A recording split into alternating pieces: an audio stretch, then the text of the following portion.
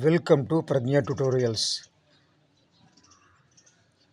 DSC school assistant బయాలజీలో భాగంగా biology మెథడ్లో మనం రెండవ పాఠ్యాంశం శాస్త్రం సమాజం గురించి మనం నేర్చుకుందాం. శాస్త్రం సమాజం అనే ఈ పాఠ్యాంశం ఒకే వీడియో చేస్తే పెద్దగా వస్తుంది కనుక ఈ యొక్క పాఠ్యాంశాన్ని 2 వీడియోలు చేస్తాను. మొదటిగా ఫస్ట్ పార్ట్ చూద్దాం. శాస్త్రం సమాజం, సైన్స్ అండ్ సొసైటీ. మానవుడు సంఘజీవి.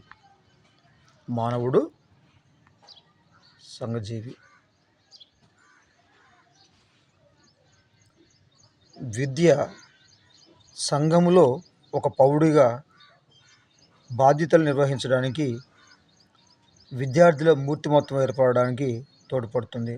విద్య అనేది ఎందుకు ఉపయోగపడుతుందంటే, సంఘములో ఒక పౌరుడిగా బాధ్యతలు నిర్వహించడానికి, అదేవిధంగా విద్యార్థుల సంపూర్ణ మూర్తిమత్వం ఏర్పడడానికి విద్య అనేది ఉపయోగపడుతుంది. విద్య ఎన్ని రకాలు ఉపయోగపడుతుంది? 2 రకాలుగా. ఒకటి, బాధ్యత గల పౌరుడిగా సంపూర్ణ మూర్తిమత్వం ఏర్పడడానికి ఈ విద్య అనేది తోడ్పడుతుంది. సమాజం అభివృద్ధి చెందాలంటే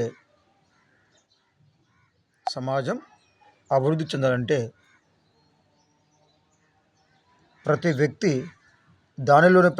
అంటే సమాజంలోని ప్రతి వ్యక్తి విద్యావంతుడే ఉండాలి.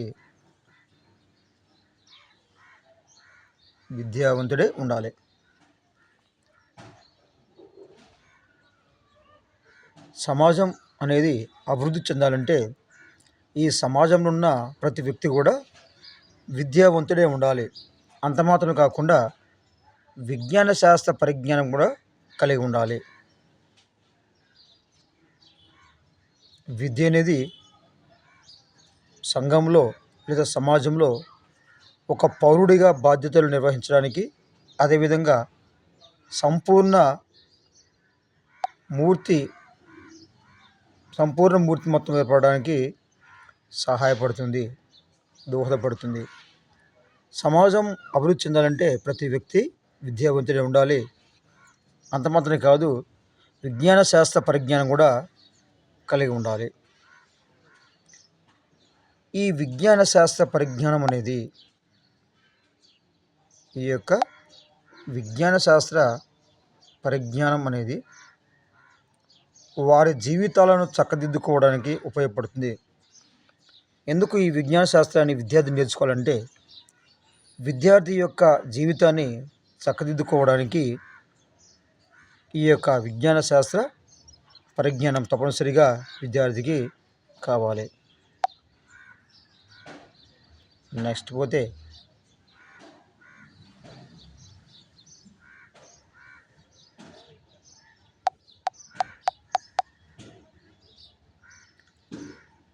ఎప్పుడైతే ఈ విజ్ఞాన శాస్త్రము విద్యార్థి నేర్చుకుంటాడో, ఆ నేర్చుకున్న శాస్త్ర పరిజ్ఞానం తమ జీవితాన్ని చక్కదిద్దుకోవడానికి ఉపయోగపడుతుంది. పర్యవసానంగా దాని ఫలితంగా ఆ సమాజం కూడా అన్ని రంగాల్లో అభివృద్ధి చెందుతుందండి. అంటే సమాజం అనేది అన్ని రంగాల్లో అభివృద్ధి చెందాలంటే ఖచ్చితంగా విజ్ఞాన శాస్త్రము నేర్చుకోవాలి. రైట్. ఈ వీడియోలో విజ్ఞాన శాస్త్రానికి సమాజానికి ఉన్నటువంటి సంబంధం ఏమిటో మనం విపులంగా సంపూర్ణంగా నేర్చుకుందాం.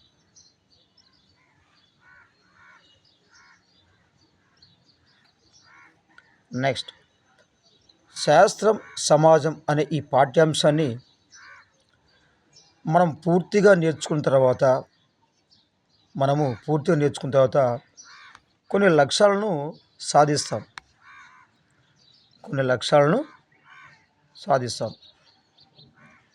ఏ లక్ష్యాలు సాధిస్తామంటే,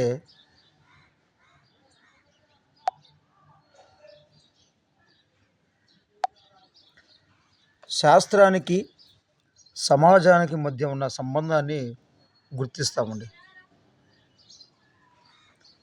మనం ఈ యొక్క పాఠ్యాంశాన్ని పూర్తిగా అభ్యసించేలోగా లేదా నేర్చుకునేలోగా మనం సాధించేటువంటి లక్ష్యాలు ఏంటంటే జీవశాస్త్రానికి సమాజానికి మధ్య ఉన్న సంబంధం ఏమిటో మనం గుర్తిస్తాం. అంతేకాకుండా సామాజిక స్పృహ కలిగిన పౌరులుగా తయారు చేయడంలో జీవశాస్త్రం ఎలా ఉపయోగపడుతుందో తెలుసుకుంటాం. అంటే సమాజం పట్ల సద్భావన, సమాజం పట్ల ఒక మంచి ప్రవర్తన కలిగిన పౌరులుగా తయారు చేయడానికి ఈ జీవశాస్త్రం అనేది ఏ విధంగా ఉపయోగపడుతుందో మనము ఈ పాఠ్యాంశంలో తెలుసుకున్నాం. ఏ పాఠ్యాంశంలో? శాస్త్రం సమాజం అటువంటి ఈ యొక్క పాఠ్యాంశంలో ఫస్ట్ ఏం చేస్తాం? లక్ష్యాలు. ఏ లక్ష్యాలు సాధిస్తామంటే జీవశాస్త్రానికి సమాజానికి మధ్య ఉన్న సంబంధాన్ని గుర్తిస్తాము. సామాజిక స్పృహ కలిగిన పౌరులుగా తయారు చేయడంలో జీవశాస్త్రం ఎలా ఉపయోగపడుతుందో మనము నేర్చుకుంటామండి, తెలుసుకుంటాము. నెక్స్ట్ జీవశాస్త్రానికి సమాజానికి మధ్య ఉన్న సంబంధాన్ని అభినందిస్తాము. అంటే జీవశాస్త్రానికి సమాజానికి ఎలాంటి సంబంధం ఉంది అనేటువంటి విషయాన్ని మనం నేర్చుకొని దాని ద్వారా మనం జీవశాస్త్రానికి సమాజం మధ్య ఉన్న సంబంధాన్ని అభినందిస్తాము. నెక్స్ట్ ఈ పాఠ్యాంశం యొక్క లక్ష్యాలు నేర్చుకోవడం ద్వారా వచ్చేటువంటి ఆ లక్ష్యాలు ఇంకోటి ఏంటంటే జీవశాస్త్రానికి పర్యావరణానికి మధ్య సంబంధాన్ని వివరిస్తాము. ఈ యొక్క పాఠ్యాంశాన్ని నేర్చుకోవడం వల్ల మరో విషయం ఏం తెలుసుకుంటామంటే, ఏం లక్ష్యాన్ని సాధిస్తామంటే జీవశాస్త్రానికి పర్యావరణానికి మధ్య సంబంధాన్ని మనము వివరిస్తాం, తెలుసుకుంటాం. ఎలాంటి సంబంధం ఉందో మనం తెలుసుకుని దాన్ని వివరిస్తాం. నెక్స్ట్ ఇంకొక లక్ష్యం ఏంటంటే మానవ జాతి మనుగడ పర్యావరణ రక్షణతో ముడిపడి ఉందన్న విషయం గ్రహిస్తాము. సాధించే ఇంకొక లక్ష్యం అంటే మానవ జాతి మనుగడ అంటే మానవ జాతి జీవించడానికి ఈ పర్యావరణం ఏ విధంగా ఉపయోగపడుతుంది, పర్యావరణాన్ని ఏ విధంగా ఉపయోగపడడం వల్ల మానవ జాతి మనుగడను సాధిస్తుంది అనే విషయం గురించి అనే లక్ష్యాన్ని కూడా ఈ యొక్క పాఠ్యాంశంలో మనము సాధిస్తాము. నెక్స్ట్ ఇంకో లక్ష్యము పర్యావరణ పరిరక్షణ మార్గాలను పరిరక్షణ అంటే పర్యావరణాన్ని రక్షించడం పర్యావరణ పరిరక్షణ మార్గాలను జీవశాస్త్రం సూచిస్తుంది అని కూడా తెలుసుకుంటాం. అంటే జీవశాస్త్రం అనేది ఒక విద్యార్థికి శాస్త్ర జ్ఞానాన్ని అందించి ఆ ఉన్నత విద్యను అభ్యసించి లేదా ఒక ఉద్యోగం కోసం కాదు, కానీ ఈ యొక్క పర్యావరణ పరిరక్షణ మార్గాలను జీవశాస్త్రం సూచిస్తుందని కూడా మనం తెలుసుకుంటాము. అంటే ఈ జీవశాస్త్రం అనేది మానవ యొక్క మనుగడకు ఎంతగానో ఉపయోగపడుతుండగా మనము చెప్పవచ్చు. నెక్స్ట్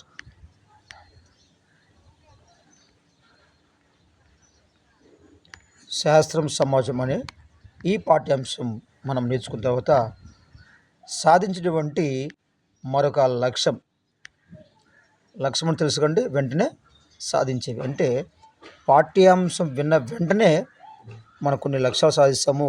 ఆ లక్ష్యాలు ఈ పాఠ్యాంశంలో ఉన్నాయి. నెక్స్ట్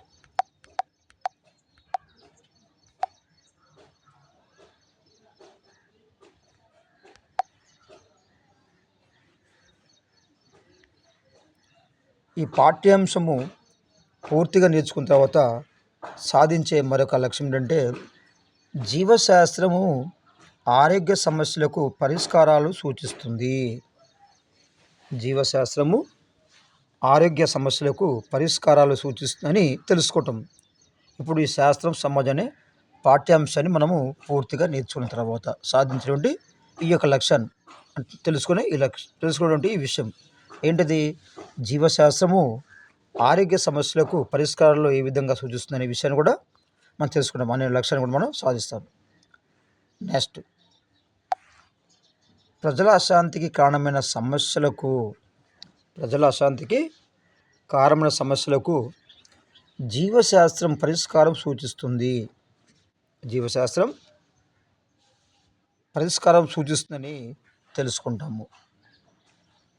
ఈ పాఠ్యాంశంలో మరొక సాధించే లక్ష్యం ఏంటంటే ప్రజల అశాంతి కారణమైన సమస్యలకు ఈ జీవశాస్త్రం ఏ విధంగా పరిష్కారాన్ని సూచిస్తుంది, ఈ విధంగా పరిష్కారాన్ని చూపించిందనే విషయం కూడా మనం ఈ యొక్క పాఠ్యాంశంలో నేర్చుకుంటాము.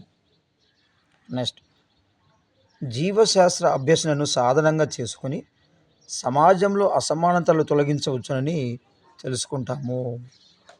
ఈ పాఠ్యాంశం మొత్తం పూర్తిగా నేర్చుకున్న తర్వాత సాధించే మరో లక్ష్యం ఏంటంటే ఈ యొక్క జీవశాస్త్రాన్ని అభ్యసన సాధనంగా చేసుకొని, అంటే దీన్ని బాగా నేర్చుకొని ఈ యొక్క జీవశాస్త్రాన్ని నేర్చుకోవడం వల్ల, సాధన చేయడం వల్ల, జీవశాస్త్రంలోని జ్ఞానాన్ని మొత్తం మనం నేర్చుకోవడం ద్వారా సమాజంలోని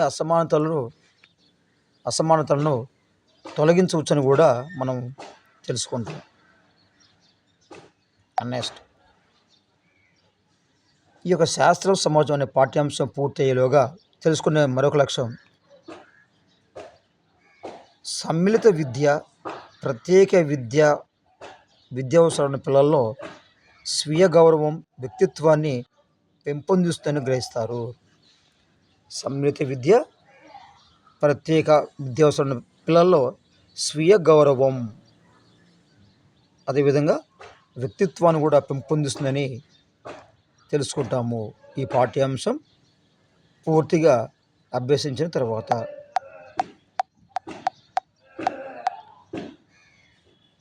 నెక్స్ట్,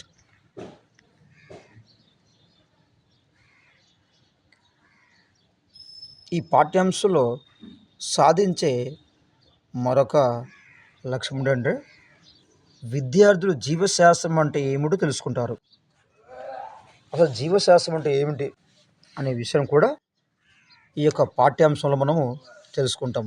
అయ్యే లక్ష్యాలు అంటే మనం పాఠ్యాంశం పూర్తి అయ్యేలోగా మనం ఏమేమి విషయాలు తెలుసుకుంటామో వాటిని మనము లక్ష్యాలు అంటాం.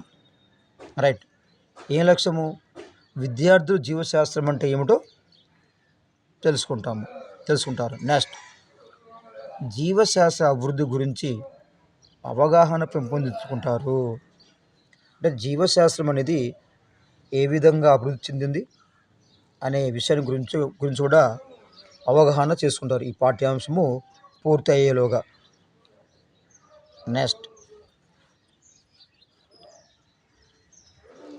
జీవశాస్త్ర అభివృద్ధికి శాస్త్రవేత్తలు చేసిన కృషిని అభినందిస్తారు. ఈ శాస్త్రం సమాజం అనే పాఠ్యాంశం పూర్తిగా నేర్చుకున్న తర్వాత మనం సాధించే ఇంకో లక్ష్యం ఏంటంటే జీవశాస్త్ర అభివృద్ధికి శాస్త్రవేత్తలు ఏ విధంగా కృషి చేశారు అనే విషయాన్ని తెలుసుకొని మనం ఆ యొక్క శాస్త్రవేత్తలను మనం అభినందిస్తాము. నెక్స్ట్, జీవశాస్త్ర అభివృద్ధిలో విద్యార్థులు పాల్గొనడానికి ప్రేరణ పొందారు.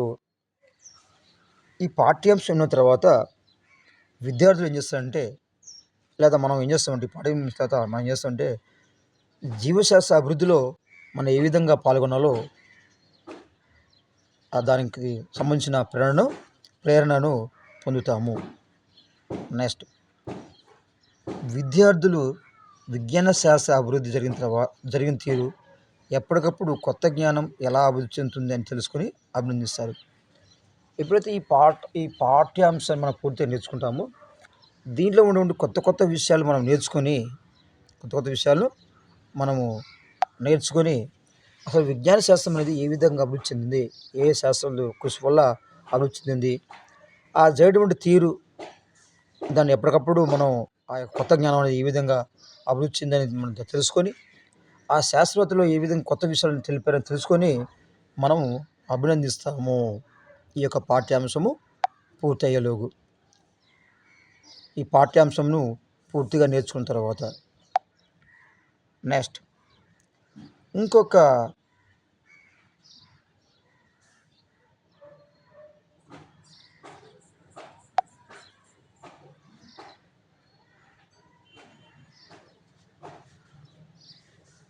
లక్ష్యం ఏంటంటే వివిధ శాస్త్రవేత్తలు చేసిన పరిశోధనలను వివరించగలరు. అంటే ఈ పాఠ్యాంశం పూర్తయిన తర్వాత ఏ ఏ శాస్త్రవేత్తలు మరి ఎలాంటి పరిశోధనలు చేశారు, వారి యొక్క ప్రత్యేకత గురించి కూడా మనం వివరిస్తాము ఈ పాఠ్యాంశం పూర్తయ్యేలోగా. ఇది కూడా ఒక లక్ష్యము. నెక్స్ట్, మానవాళికి వివిధ జీవశాస్త్రవేత్తలు చేసిన సేవను తెలుసుకుంటాము. వివిధ జీవశాస్త్రవేత్తలు మానవాళికి ఏ విధంగా సేవలు చేశారు అనే విషయం కూడా తెలుసుకుంటాము. ఇది కూడా ఒక లక్ష్యము. నెక్స్ట్, మానవ సంక్షేమానికి జీవశాస్త్రవేత్తలు చేసిన కృషిని అభినందిస్తాము. మానవ సంక్షేమానికి జీవశాస్త్రవేత్తలు ఏ విధంగా కృషి చేశారు అనే విషయాన్ని కూడా మనం అభినందిస్తాము. నెక్స్ట్, శాస్త్రవేత్తలు చేసిన కృషిని తెలుసుకోవడం వల్ల శాస్త్రం మీద ఆసక్తి, అభిరుచులు పెంచుకుంటారు. ఎప్పుడైతే ఈ పాఠ్యాంశంలో ఉన్నటువంటి ఆ యొక్క శాస్త్రవేత్తలు పరిశీలన విషయాలు మనం నేర్చుకుంటామో, మరి శాస్త్రవేత్తలు చేసిన ఆ కృషిని తెలుసుకోవడం వల్ల మనకు ఆ శాస్త్రం పట్ల, ఆ యొక్క జీవశాస్త్రం పట్ల మనకి ఆసక్తి పెరిగి, అదేవిధంగా అభిరుచిని అంటే జీవశాస్త్రం అంటే ఇంట్రెస్ట్ని కూడా అభిరుచిని కూడా పెంచుకుంటాము. నెక్స్ట్, నూతన పరిశోధన ఫలితాలను వివరించగలుగుతారు. ఎప్పుడైతే ఈ పాఠ్యాంశం మనం పూర్తిగా నేర్చుకుంటామో నూతన పరిశోధన విషయాలను మనము వివరిస్తాము. అంటే ఇంతకుముందు తెలియని విషయాలను ఇప్పుడు వివరిస్తాము. అంత మాత్రమే కాదు, జీవశాస్త్రవేత్త కృషిని అభినందిస్తాము. అంటే ఈ పాఠ్యాంశంలో రకరకాల శాస్త్రవేత్తలు వస్తారు. వారందరి గురించి మనం నేర్చుకున్న తర్వాత వారు చేసిన కృషి మనము అభినందిస్తాము. ఇవి ఈ పాఠ్యాంశము శాస్త్రం సమాజం అనే పాఠ్యాంశం పూర్తయ్యేలోగా, నేర్చుకునేలోగా సాధించినటువంటి లక్ష్యాలు.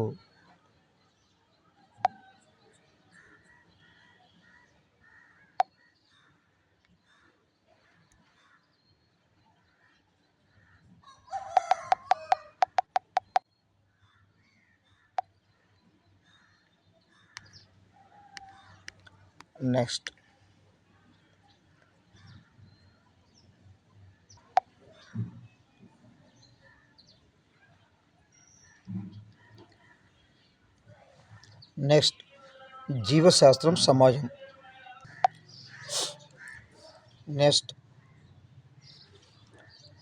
జీవశాస్త్రం సమాజం.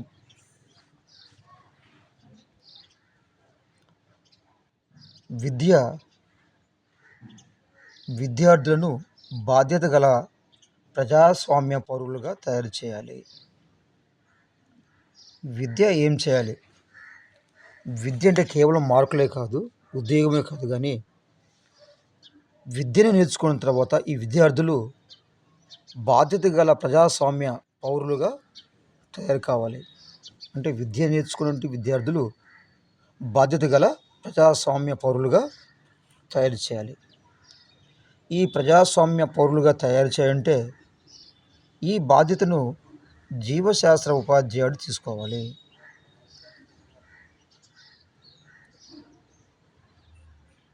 అంటే ఒక ఉపాధ్యాయుడు ప్రజాస్వామ్య పౌరులుగా తయారు చేసే బాధ్యత జీవశాస్త్ర ఉపాధ్యాయుడు తీసుకోవాలి. అంటే జీవశాస్త్ర ఉపాధ్యాయుడు మాత్రమే విద్యార్థులను ప్రజాస్వామ్య పౌరులుగా తయారు చేయాలి. జీవశాస్త్ర ఉపాధ్యాయుడు విద్యార్థులకు కేవలం యథార్థాలు, భావనలు, సూత్రాలు, సిద్ధాంతాలు, నియమాలు. జీవశాస్త్ర ఉపాధ్యాయుడు విద్యార్థులకు కేవలం యథార్థాల గురించి భావనలు, సూత్రాలు, సిద్ధాంతాలు, అదేవిధంగా నియమాలు బోధించడమే కాకుండా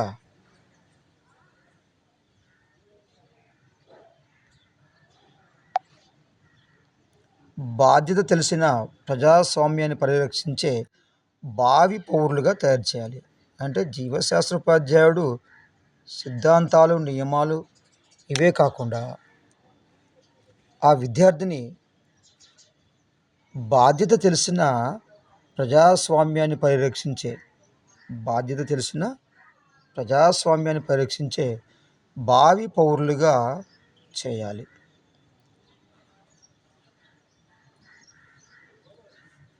అదేవిధంగా శాస్త్ర సాంకేతిక రంగం ఎంతమంది శాస్త్రవేత్తల కృషితో ఏ విధంగా అభివృద్ధి చెందిందో తెలిపి అది సమాజానికి ఏ విధంగా తోడ్పడుతుందో తెలుసుకొని అభినందించేటట్లు చేసి విద్యార్థులు కూడా జీవశాస్త్రాన్ని ఉపయోగించి సమాజాభివృద్ధికి పాటుపడేలా చేయాలి. ఇక్కడ జీవశాస్త్ర ఉపాధ్యాయుడు కేవలం సూత్రాలు నియమాలు ఇవే కాకుండా ప్రజాస్వామ్యాన్ని పరిరక్షించే భావి పౌరులుగా ఈ జీవశాస్త్ర ఉపాధ్యాయుడు విద్యార్థులను తయారు చేయాలి. అంతేకాకుండా శాస్త్ర సాంకేతిక రంగం ఎంతమంది శాస్త్రవేత్త కృషితో ఏ విధంగా అభివృద్ధి చెందిందో తెలియజేయాలి. తెలియజేసి ఈ శాస్త్ర సాంకేతిక రంగం సమాజ అభివృద్ధికి ఏ విధంగా తోడ్పడుతుందో తెలుసుకున్నట్టు చేసి విద్యార్థులు ఏ విధంగా తోడ్పడుతుందో తెలుసుకొని అభినందించినట్లు చేసి విద్యార్థులు కూడా జీవశాస్త్రాన్ని అంటే ఈ విద్యార్థులు పాఠం వినడం కాదండి, పాఠం వినడం కాకుండా విద్యార్థులు కూడా జీవశాస్త్రాన్ని ఉపయోగించి సమాజాభివృద్ధికి పాటుపడేలా చేయాలి. ఇది జీవశాస్త్ర ఉపాధ్యాయుడు చేయవలసిన పని. నెక్స్ట్ అంతేకాకుండా ఈ యొక్క జీవశాస్త్ర ఉపాధ్యాయుడు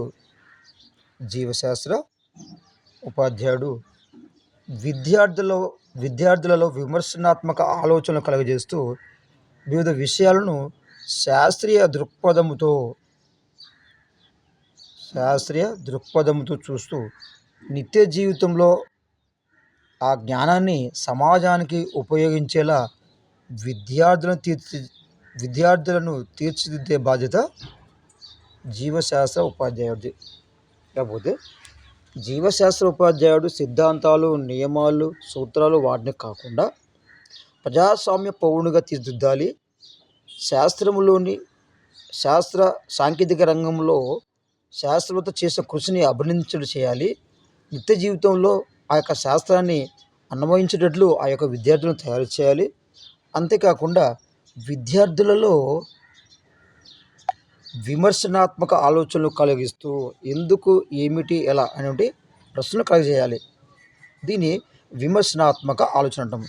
విద్యార్థులలో విమర్శనాత్మక ఆలోచన కలుగజేస్తూ వివిధ విషయాలను శాస్త్రీయ దృక్పథంతో అంటే ఒక విషయాన్ని విద్యార్థులు మూఢనమ్మకాలతో ముడివేయబడకుండా శాస్త్రీయ దృక్పథము చూడాలి. ఉదాహరణ, వాళ్ళ ప్రాంతంలో ఏదైనా ఒక వ్యాధి వచ్చినప్పుడు ఆ వ్యాధికి కారణం ఏ దేవతో ఏదో అని వాళ్ళు గుడ్డిగా నమ్మకుండా అంటే మూఢనమ్మకానికి వాళ్ళు లోను కాకుండా అసలు ఆ వ్యాధి ఎందుకు వస్తుంది అనే విషయం కూడా వాళ్ళు తెలుసుకునేటట్లు చేయాలి. ఈ విధంగా చేయడానికి మనం అంటే శాస్త్రీయ దృక్పథం అంటాము. ఈ విధంగా విద్యార్థులలో శాస్త్రీయ దృక్పథాన్ని కలగచేయాలి. ఎవరు? జీవశాస్త్ర ఉపాధ్యాయుడు. అదే చూడండి, విద్యార్థులలో విమర్శనాత్మక ఆలోచనలు కలుగజేస్తూ వివిధ విషయాలను శాస్త్రీయ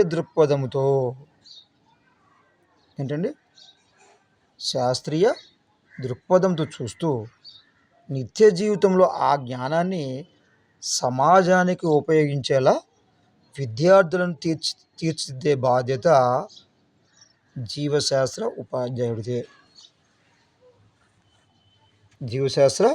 ఉపాధ్యాయుడిది. నెక్స్ట్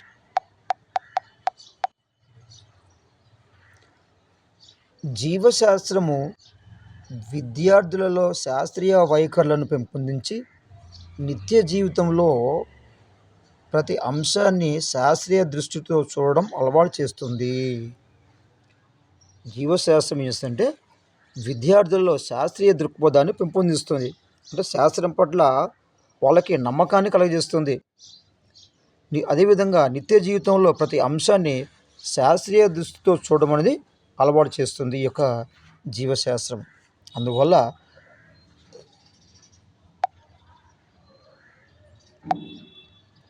సమాజంలో సమాజంలో ఎదురయ్యే సమస్యలకు పరిష్కారము చూపుతుంది. అంటే విద్యార్థుల్లో ఎప్పుడైతే శాస్త్రీయ వైఖరులు ఉంటాయో, అంటే ప్రతి విషయాన్ని శాస్త్రీయ దృక్పథంతో చూస్తారో, ఆ విద్యార్థులు ఏం చేస్తారంటే సమాజంలో ఎదురయ్యే సమస్యలకు పరిష్కారాన్ని పరిష్కారాన్ని చూపిస్తారు. ఇకపోతే ఏ సమాజంలో శాస్త్ర పరిజ్ఞానం ఎక్కువ ఉంటుందో ఆ సమాజ అభివృద్ధికి కూడా ఆ సమాజాభివృద్ధి కూడా పురోగతిలో ఉంటుంది, ముందంజలో ఉంటుంది. చూడండి,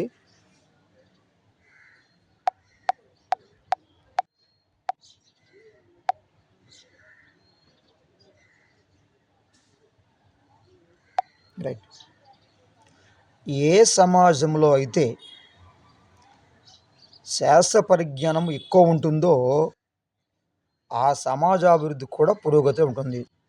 కాబట్టి సమాజం అనేది అభివృద్ధి చెందాలి లేదా పురోగతిలో ఉండాలి అంటే ఆ సమాజంలో ఉన్నటువంటి వ్యక్తులకు శాస్త్ర పరిజ్ఞానం అనేది ఉండాలి. విద్యార్థులకు శాస్త్ర పరిజ్ఞానం అనేది ఉండాలి. ఆ సమాజానికి శాస్త్ర పరిజ్ఞానం ఉండాలి. ఈ శాస్త్ర పరిజ్ఞానం ఎందుకయ్యా అంటే, ఈ శాస్త్ర పరిజ్ఞానం దేనికంటే మానవ జీవన స్థాయి ప్రమాణాలను మెరుగుపరుచుకోవడానికి మానవ జీవన స్థాయి ప్రమాణాలను మెరుగుపరుచుకోవడానికి ఈ యొక్క శాస్త్ర పరిజ్ఞానము ఉపయోగపడుతుంది.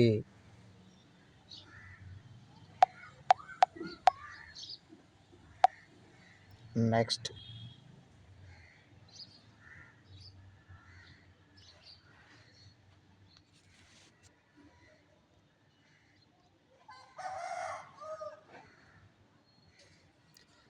శాస్త్ర విజ్ఞాన అభివృద్ధి వ్యక్తిలో చైతన్యం కలిగిస్తుంది. అంటే ఒక వ్యక్తిలో శాస్త్ర విజ్ఞానం అభివృద్ధి చెందుతూ ఉంటే ఆ వ్యక్తిలో కూడా చైతన్యం కలుగుతూ ఉంది. పర్యవసానంగా సమాజం ఆర్థికంగా, సాంఘికంగా, రాజకీయంగా ఎదిగి దేశం ప్రగతి పదంలో పయనిస్తుంది. అంటే అభివృద్ధి అనేది శాస్త్ర విజ్ఞానం ఒక వ్యక్తిలో ఎంతగా అభివృద్ధి చెందితే ఆ వ్యక్తిలో అంత చైతన్యవంతం కలుగుతుంది. దానికి అనుకూలంగా సమాజం అనేది ఆర్థికంగా, అదేవిధంగా సాంఘికంగా, రాజకీయంగా ఎదిగి దేశం ప్రగతి పదంలో పయనిస్తుంది.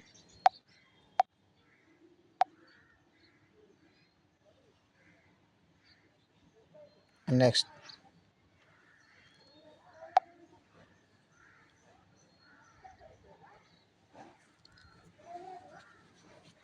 శాస్త్ర సాంకేతిక రంగాలు అభివృద్ధి చెందటంతో పాటు దానికి అనుసంధానంగా కొన్ని సమస్యలు మనల్ని చుట్టుముడుతున్నాయి. సరే, మంచిదండి. మరి శాస్త్రం అభివృద్ధి చెందింది, ఏ సమాజం అయితే శాస్త్రం అభివృద్ధి చెందుతుందో ఆ యొక్క సమాజము పురోగతి చెందుతుంది అని చెప్పుకున్నాము. కానీ ఈ శాస్త్ర సాంకేతిక రంగాలు ఎప్పుడైతే అభివృద్ధి చెందుతాయో దానికి అనుగుణంగానే కొన్ని సమస్యలు అనేవి మనల్ని చుట్టుముడుతున్నాయి. వీటన్నిటిని మనం జాగ్రత్తగా శాస్త్రీయ సంఘాల అనుసంధానంతో ప్రభుత్వం ద్వారా పరిష్కరించుకోవాల్సి ఉంటుంది. ఈ విధంగా ఏర్పడిన కొన్ని సమస్యలు మనం ఎప్పటికప్పటికి మనం ప్రభుత్వం ద్వారా, అదేవిధంగా శాస్త్రీయ సంఘాల ద్వారా పరిష్కరించుకోవాల్సి ఉంటుంది. నెక్స్ట్, సమాజ ఆరోగ్యం, జనాభా పెరుగుదల, ప్రకృతి మరియు మానవ వైపరీత్యాలు, అంటువ్యాధులు,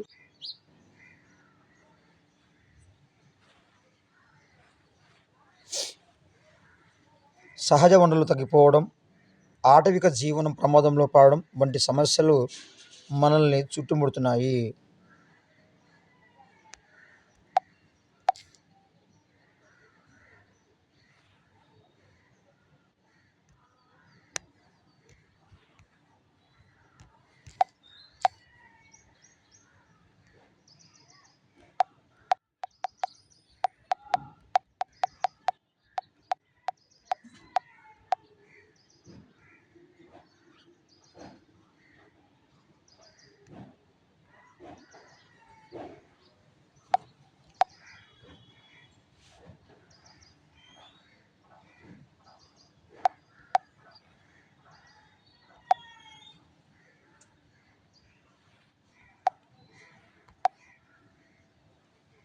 నెక్స్ట్,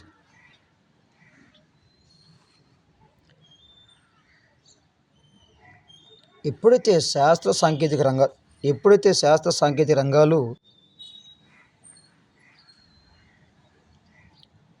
మరి అభివృద్ధి చెందుతున్నాయో దాంతోపాటుగా కొన్ని సమస్యలు వస్తుందని చెప్పుకున్నాము. ఈ సమస్యలు మనము శాస్త్రీయ సంఘాలు, అదేవిధంగా శాస్త్రీయ సంఘాల అనుసంధానంతో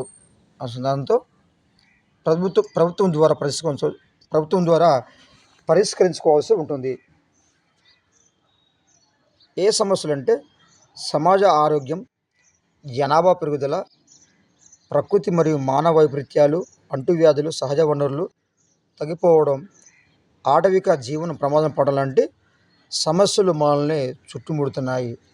ఎప్పుడు అంటే ఈ యొక్క శాస్త్రము అభివృద్ధి చెందడం వల్ల. ఈ సమస్యలను సమాజంలోని ప్రతి వ్యక్తి తనవిగా భావించాలి. ఎవరికో వ్యాధి వచ్చింది మనకు కాదు అట్లా కాకుండా ఇలాంటి సమస్యలు, ఈ ప్రకృతి మరి మానవ వైపరీత్యాలు కానీ, సహజ వనరులు తగ్గిపోవడం కానీ, ఆటవిక జీవన ప్రమాదం పడడం కానీ, మరియు మానవ వైపరీత్యాలు కానీ, అంటువ్యాధులు కానీ, ఇవన్నీ కూడా ఈ సమస్యలు వచ్చినప్పుడు ఈ సమస్యలను సమాజంలోని ప్రతి వ్యక్తి తనవిగా భావించాలి. విద్యార్థులు శాస్త్రజ్ఞ పరిశోధనలు, అన్వేషణలను, ఫలితాలను తెలుసుకోవడం కాకుండా వాటిని సమాజాభివృద్ధికి తోడ్పడే విధంగా ఉపయోగించాలి. ఏదో మనం తెలుసుకున్నాము పలానా శాస్త్రవేత్త పలానా అనుగుణం కాకుండా ఆ విషయాలను, ఆ యొక్క పరిశీలన లేదా అన్వేషణను తెలుసుకొని వాటిని సమాజ అభివృద్ధికి తోడ్పడే విధంగా ఈ యొక్క విద్యార్థులు వాటిని ఉపయోగించాలి. సమాజాభివృద్ధితో శాస్త్రీయ విజ్ఞానము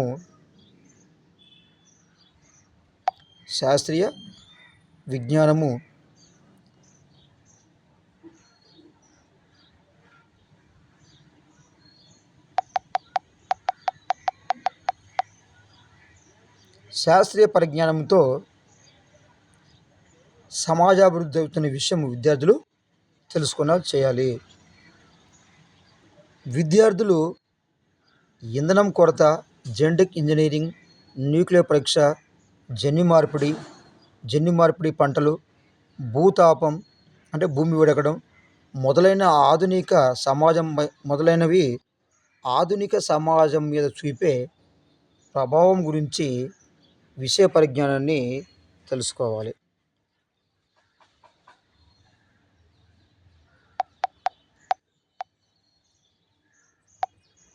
నెక్స్ట్, జీవశాస్త్రం సమాజం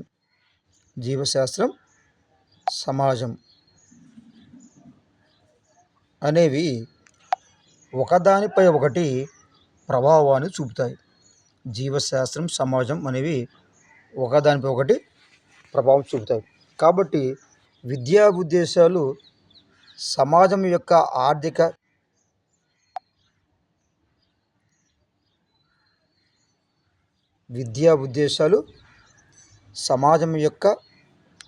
ఆర్థిక, సాంఘిక, సాంస్కృతిక అవసరాలకు అనుగుణంగా ఉండాలి. అంటే విద్యను నేర్చుకున్న తర్వాత ఆ విద్య అనేది సమాజానికి ఆర్థికంగా తోడ్పడే విధంగా ఉండాలి. అదేవిధంగా ఆర్థిక, సాంఘిక, సాంస్కృతిక అవసరాలకు అనుగుణంగా ఈ విద్య అనేది ఉండాలి. నెక్స్ట్, సైన్స్ బోధనా ఉద్దేశాలు. అసలు సైన్స్ని ఎందుకు బోధించాలి?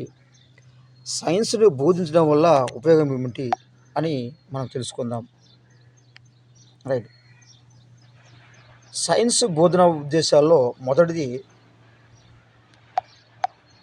శాస్త్రీయ వైఖరులు నిజాయితీని అభివృద్ధి చేస్తుందండి.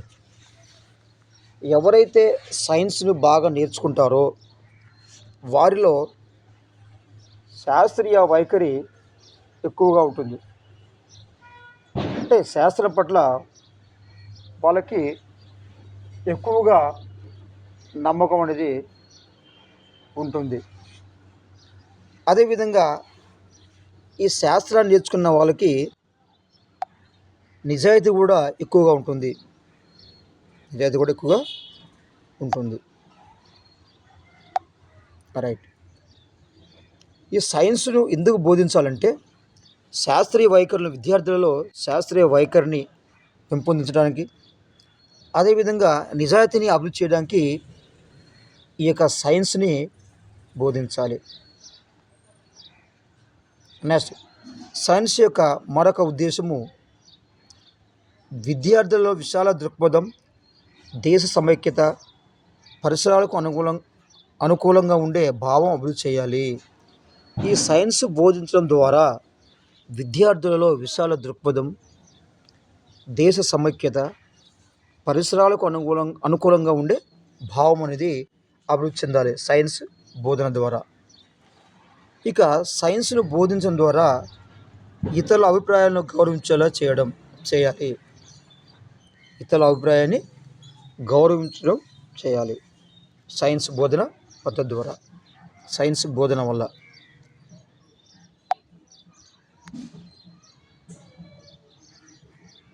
నెక్స్ట్, సైన్స్ బోధన ఉద్దేశాల్లో మరొకటి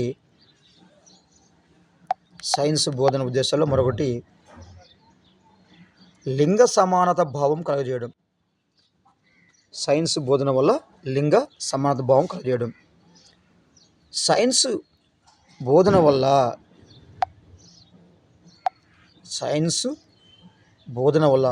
లేదా సైన్స్ బోధనాభ్యాసన ఉద్దేశం మరొకటి ఏంటంటే సైన్స్ను ఎందుకు బోధించాలి, సైన్స్ బోధించడం వల్ల ఉపయోగం ఏంటంటే మరొక ఉపయోగం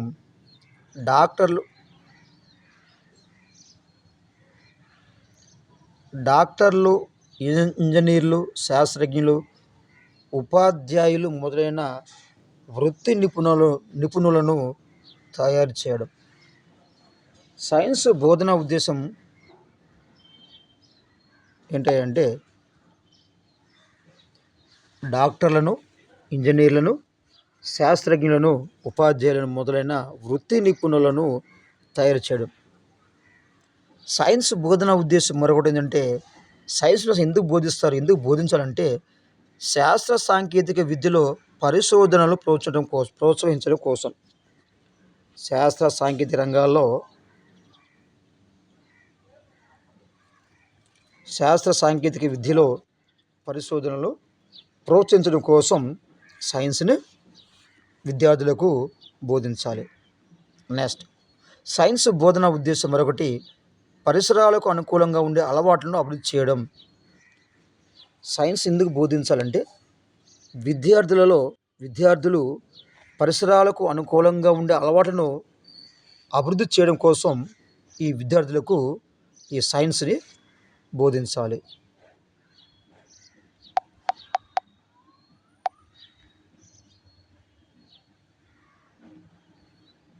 నెక్స్ట్, సైన్స్ బోధన ఉద్దేశాలు. సైన్స్ని ఎందుకు బోధించాలి విద్యార్థులకు అంటే విద్యార్థులలో అభినందనలను అభివృద్ధి చేయడం. సైన్స్ బోధన వల్ల విద్యార్థులలో ఇంట్రెస్ట్ అంటే శాస్త్రం పట్ల ఇంట్రెస్ట్ అభిరుచి ఉంటుంది. అదేవిధంగా అభినందించడం, శాస్త్రంలోని కొత్త విషయాలను చూసి శాస్త్రవేత్తలు కనుగొన్న విషయాలు, తెలియజేసిన విషయాలను నేర్చుకొని ఆ సైన్స్ను అభినందించడానికి విద్యార్థులకు సైన్స్ను బోధించాలి. నెక్స్ట్, నైపుణ్యాలు, సామర్థ్యాలను అభివృద్ధి చేయడం. ఉదాహరణ బొమ్మలు గీసే నైపుణ్యం, ఈ విధంగా విద్యార్థుల నైపుణ్యాలను, సామర్థ్యాలను అభివృద్ధి చేయడానికి సైన్స్‌ను బోధించాలి. నెక్స్ట్ శాస్త్రీయ పద్ధతిలో శాస్త్రీయ పద్ధతిలో దీన్ని మనం సైంటిఫిక్ మెథడ్ అంటాం. ఈ శాస్త్రీయ పద్ధతిలో శిక్షణ ఇవ్వడానికి ఈ యొక్క సైన్స్‌ని విద్యార్థులకు బోధిస్తారు. ఇది చాలా ఇంపార్టెంట్ అండి. విద్యార్థులకు సైన్స్ ఎందుకు బోధించాలి? విద్యార్థులకు సైన్స్‌ను ఎందుకు బోధించాలి? లేదా సైన్స్ బోధనాభ్యసన ఉద్దేశాలేంటి? బోధన అభ్యసన ఉద్దేశాలేంటంటే చాలా ముఖ్యమైనది. విరామ సమయ సద్వినియోగం. చూడండి, విద్యార్థులకు విరామ సమయం చాలా ఉంటుంది. ఈ సైన్స్ నేర్చుకోవడం ద్వారా ఏదో కొత్త విషయాలను కనుగొనడానికి, లేదా కొత్త విషయాలు తెలుసుకోవడానికి తను ఏవో చేస్తారు కాబట్టి, అలా వాళ్ళు ఖాళీగా ఉండే ఆ యొక్క సమయాన్ని, లేదా ఆ యొక్క విరామ సమయాన్ని సద్వినియోగం చేసుకొని కొత్త విషయం కనుగొని ఆ విద్యార్థి కూడా సమాజానికి తోడ్పడేటట్లుగా చేస్తుంది ఈ యొక్క సైన్స్ బోధనాభ్యసన ఉద్దేశం. నెక్స్ట్ శాస్త్ర విజ్ఞానాన్ని మానవ కళ్యాణానికి వినియోగించేటట్లు చేయడం. శాస్త్ర విజ్ఞానాన్ని మానవునికి ఉపయోగపడే చేయడం అని చేస్తుంది ఈ యొక్క సైన్స్ బోధన అభ్యసన ఉద్దేశం. నెక్స్ట్ ఉన్నత జీవితానికి భూమిక నేర్పరిచే ఉద్దేశం. సైన్స్ బోధన అభ్యసన ఉద్దేశం ఏంటి? ఎందుకు బోధించాలంటే వ్యక్తిలో ఉన్నత జీవితానికి భూమికను ఏర్పరచాలనే ఉద్దేశంతో ఈ యొక్క సైన్స్ని విద్యార్థులకు బోధించాలి. సైన్స్ బోధన అభ్యసన ఉద్దేశాలు ఇవి. నెక్స్ట్ పోతే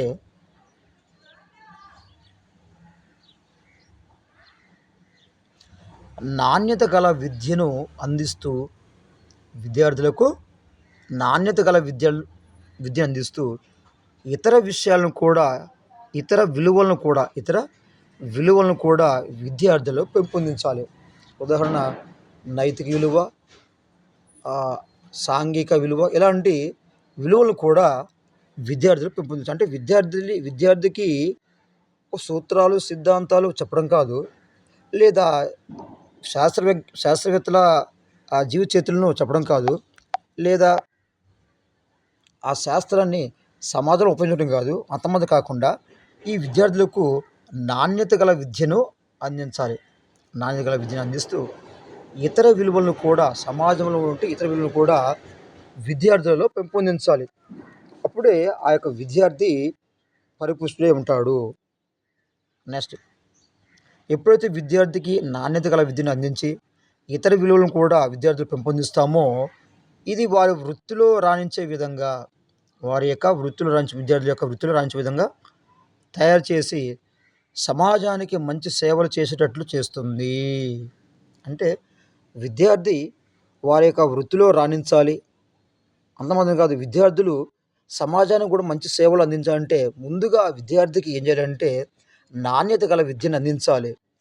ఆ నాణ్యత గల విద్యతో పాటు ఇతర విలువలను కూడా మనం విద్యార్థి పెంపొందిస్తే ఆ విద్యార్థి ఏదైనా ఒక ఉద్యోగం సాధించి, లేదా వృత్తిలో రాణించి, లేదా ఉద్యోగాన్ని సంపాదించి తద్వారా సమాజానికి మంచి సేవలు చేసేటట్లుగా ఉపయోగపడుతుంది.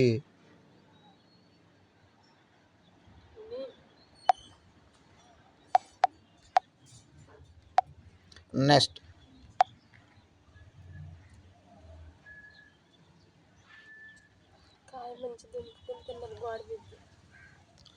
వ్యక్తి అభిరుచులకు తగినట్లుగా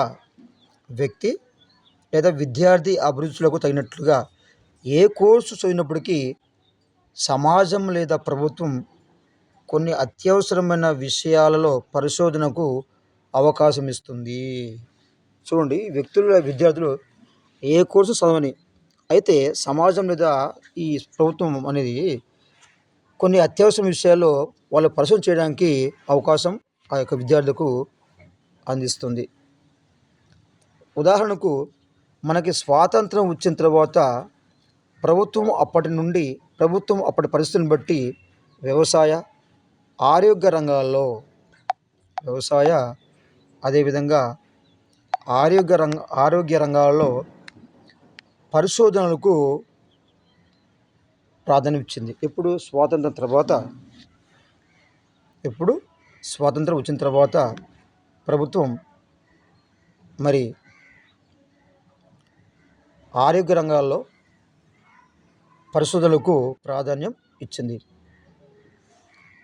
అంతేకాకుండా వ్యవసాయం కూడా ప్రాధాన్యత ఇచ్చింది. స్వాతంత్రం వచ్చిన తర్వాత ప్రభుత్వం అప్పటి పరిస్థితిని బట్టి వ్యవసాయ అదేవిధంగా వ్యవసాయ ఆరోగ్య రంగాల్లో పరిశోధన ప్రాధాన్యత ఇచ్చింది.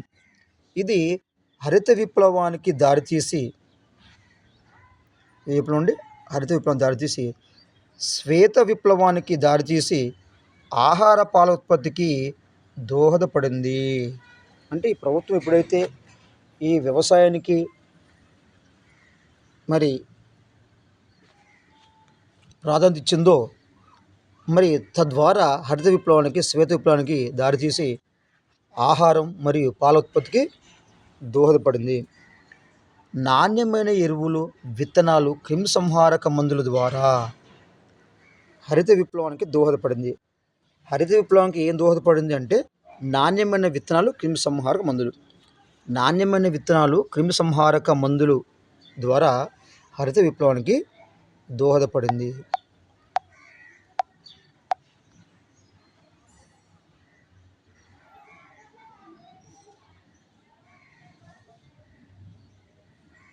నెక్స్ట్ ప్రస్తుతం పరిశోధనలు సమాచార సాంకేతిక, జీవ సాంకేతిక రంగాల్లో విస్తృతంగా జరుగుతున్నాయి. ప్రస్తుతం దేనిలో పరిశోధన జరుగుతుందంటే సమాచార సాంకేతిక రంగం అంటే ఇన్ఫర్మేషన్ టెక్నాలజీ, అదేవిధంగా జీవ సాంకేతిక రంగం బయోటెక్నాలజీ, ఈ రెండు రంగాల్లో విస్తృతంగా పరిశోధనలు జరుగుతున్నాయి.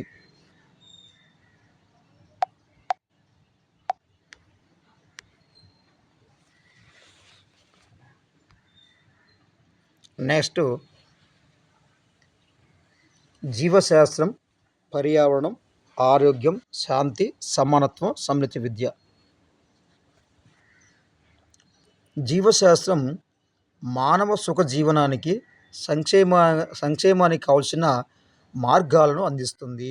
అంటే మానవుడు సుఖంగా ఉండాలంటే, సంక్షేమంగా ఉండాలంటే జీవశాస్త్రము అనేక మార్గాలను మానవాళికి అందిస్తుందని చెప్పవచ్చు.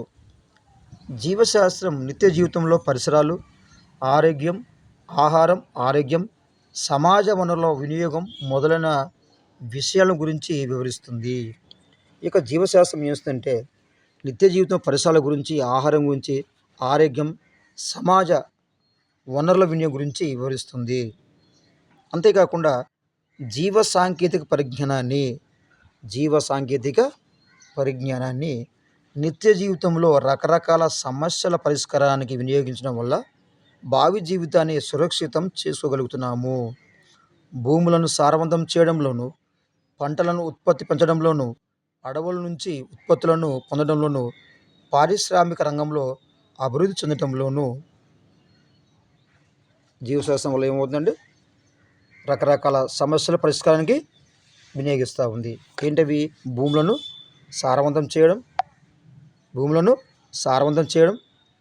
పంటల ఉత్పత్తి పెంచడంలో, అడవుల నుంచి అధిక ఉత్పత్తి పొందడంలో, పారిశ్రామిక రంగంలో అభివృద్ధి చెందడంలో ఈ యొక్క జీవశాస్త్రము ఉపయోగపడుతుందని చెప్పవచ్చు. అంత మాత్రమే కాదు, పర్యావరణ క్షీణతను నిరోధించడంలోను, అదేవిధంగా ప్రజల ఆరోగ్యాన్ని సంరక్షించడంలోను,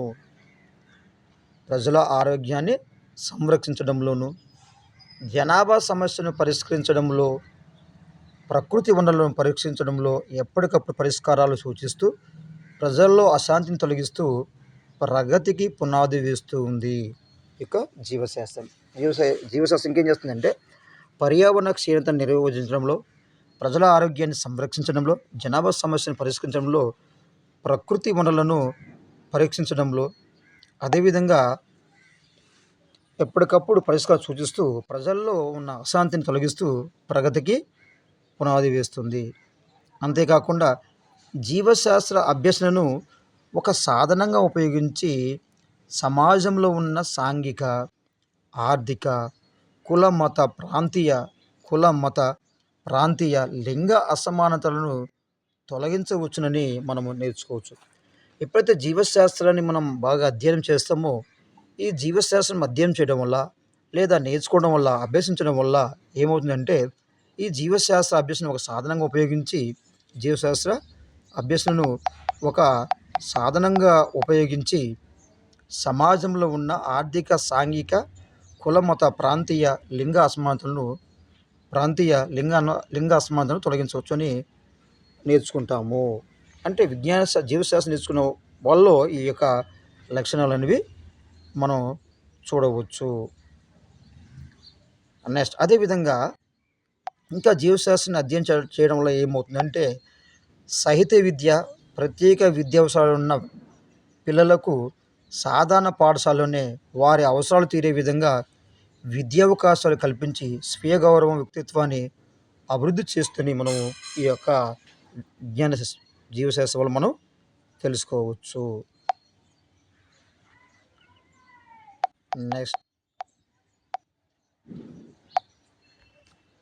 నెక్స్ట్ పోతే జీవావరణం, పర్యావరణం అంటే జీవశాస్త్రం, పర్యావరణం. జీవశాస్త్రానికి, పర్యావరణానికి గల సంబంధం ఏమిటో ఈ పారాగ్రాఫ్ మనం చూద్దామండి.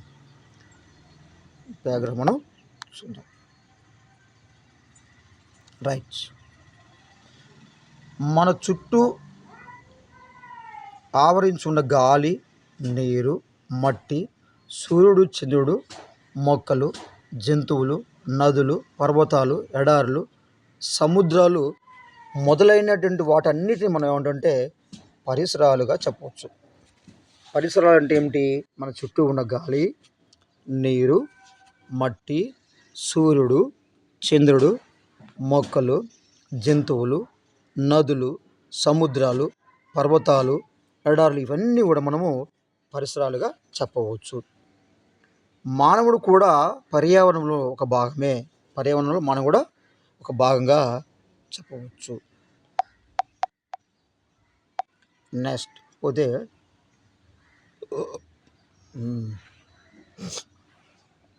చాలా కాలం వరకు మానవుడు ప్రకృతిలో ఇమిడిపోయి జీవించాడు.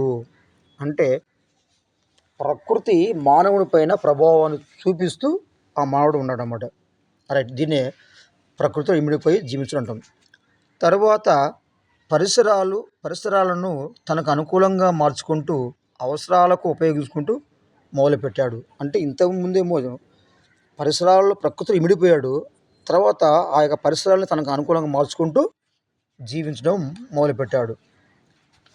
నెక్స్ట్ ఏం చేశాడు మానవుడు అంటే, నిప్పును కనిపెట్టడం, పనిముట్లను తయారు చేసుకోవడం, ఆహారం కోసం పంటలు పండించడం, జంతువులను పెంచడం అలవాటు చేసుకుంటూ నెమ్మదిగా వ్యవసాయం మీద ఆధారపడడం మొదలుపెట్టాడు.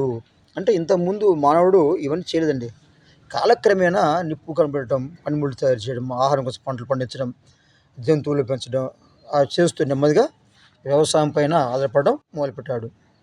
అవసరపడడంతో ప్రకృతిని, దానిలో లభించే సహజ వనరులను ఉపయోగించడం ఆలోచించుకున్నాడు. ఎప్పుడైతే మనిషికి అవసరం పెరిగాయో ఈ సమాజంలో, ఈ ప్రకృతిలో ఉన్నటువంటి ఆ యొక్క సహజ వనరులను ఈ యొక్క మానవుడు ఉపయోగించడం అలవాటు చేసుకున్నాడు. తన మేధా సంపత్తితో శాస్త్ర సాంకేతిక రంగాల్లో జ్ఞానాన్ని అభివృద్ధి చేసుకుంటూ తన జీవనాన్ని సుఖవంతం చేసుకుంటూ తన చుట్టూ ఉన్న పరిసరాలను అనుకూలంగా మలుచుకుంటూ పరిధులు దాటి పర్యావరణ నిర్లక్ష్యం మొదలుపెట్టాడు. చిన్నగా తన మేధా సంపత్తితో తనకున్న జ్ఞానం శాస్త్ర సాంకేతిక రంగాల్లో అభివృద్ధి చేసుకుని తన జీవనాన్ని సుఖంగా చేసుకోవడం కాకుండా చివరికి పరిధులు దాటి పర్యావరణాన్ని నిర్లక్ష్యం చేయడం ఈ యొక్క మానవుడు మొదలుపెట్టాడు. నెక్స్ట్ పారిశ్రామిక విప్లవం తర్వాత, అంటే పరిశ్రమలు ఏర్పడిన తర్వాత, పారిశ్రామిక విప్లవం ఏర్పడిన తర్వాత పరిశ్రమల నుంచి వెలువడుతున్న వాయువులు, వాహనాలు వదిలే పొగ, అనేక వ్యర్థాలు వ్యవసాయ రంగంలో వాడే క్రిమిసంహారక మందులు, ఎరువులలోని రసాయనాలు, మనం వాడి పడేసే అనేక రసాయన వ్యర్థాలు వల్ల పర్యావరణం కలుషితమవుతుంది. ఎప్పుడైతే ఈ మానవుడు తనకున్న మేధా సంపద ఉపయోగించుకొని పర్యావరణాన్ని ప్రకృతిని ఉపయోగించుకున్నాడో, ఈ యొక్క తర్వాత పారిశ్రామిక విప్లవం అనేది ఏర్పడింది. తర్వాత పరిశ్రమలు ఏర్పడ్డాయి. ఈ పరిశ్రమలో ఏర్పడే వాహనాలు, పరిశ్రమల నుండి వెలువడేటువంటి వాయువులు కానీ, వాహనాలు వదిలే పొగ కానీ, అదేవిధంగా అనేక వ్యర్థాలు, వ్యవసాయ రంగంలో వాడుతున్న క్రిమిసంహారక మందులు, ఎరువుల రసాయనాలు, మనం వాడి పడేసే అనేక రసాయన వ్యర్థాల వల్ల ఈ యొక్క పర్యావరణం అనేది కలుషితమవుతూ ఉంది. పర్యావరణం కలుషితమవుతుంది. వాతావరణంలో CO2 పెరిగి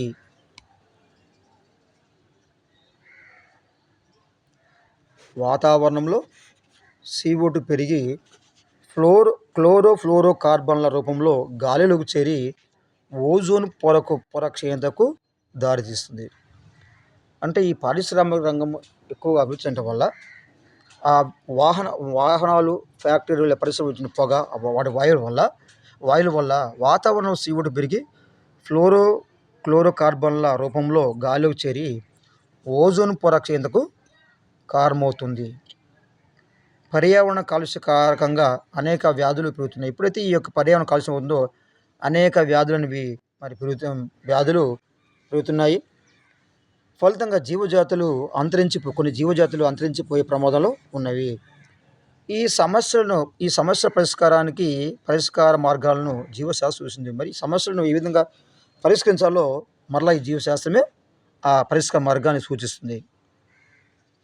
కాలుష్య నివారణకు అటవీ ప్రాంతాలను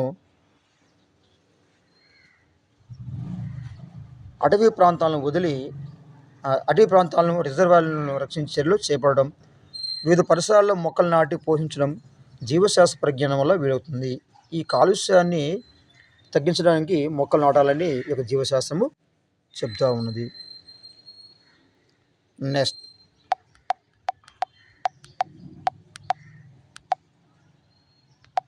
సముద్రాల్లో ప్రమాదవశత్తు, అంటే సముద్రాల్లో కూడా కొన్ని ప్రమాదం అవుతుందండి. ఈ సముద్రాల్లో ప్రమాదవశత్తు వెలువడే ముడి నూనె, ద్రవ వ్యర్థాలు నీటిని కలుషితం చేయకుండా, అంటే సముద్రాల్లో ప్రమాదం అయినప్పుడు మరి వెలువడే ముడి నూనె, ద్రవ్య వ్యర్థాలు నీటిని కలుషితం చేయకాకుండా అనేక జీవులను, పశుపక్షాదులను నాశనం చేస్తాయి. ఆ నూనె కలుషితాలు తొలగించడానికి రకరకాల బ్యాక్టీరియాలను, శైవలాలను కనుగొనండి. రైట్.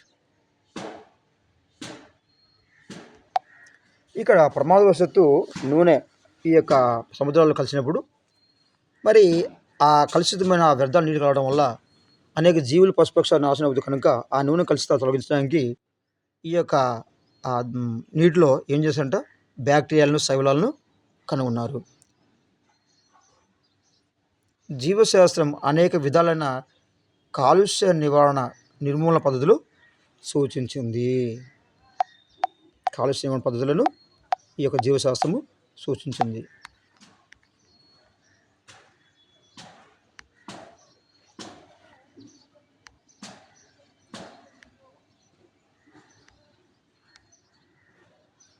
నెక్స్ట్,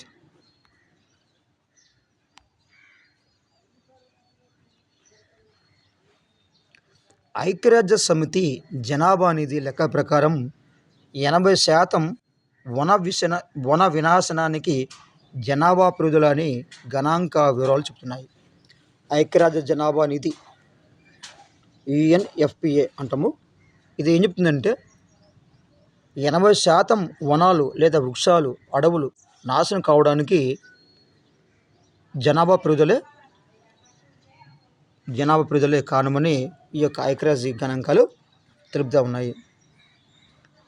పర్యవసానంగా పర్యావరణ నాణ్యత కోల్పోవడం జరుగుతుంది. ఈ సమస్యలకు పరిష్కార మార్గాలను కూడా జీవశాస్త్రం సూచిస్తుంది.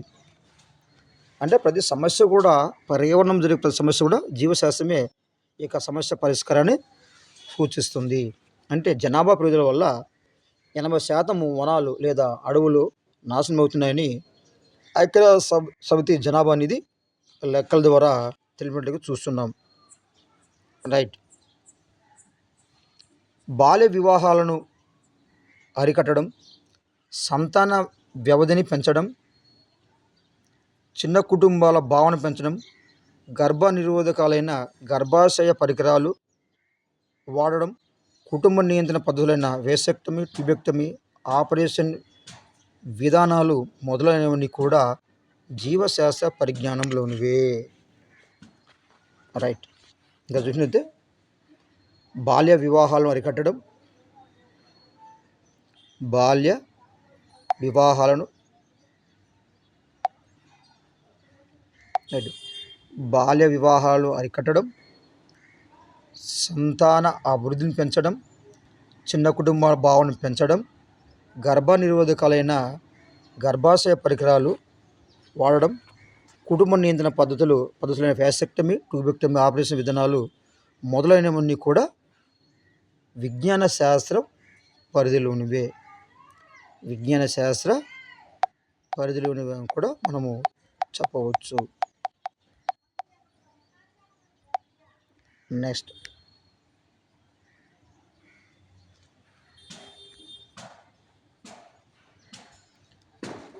మానవజాతి మనుగడ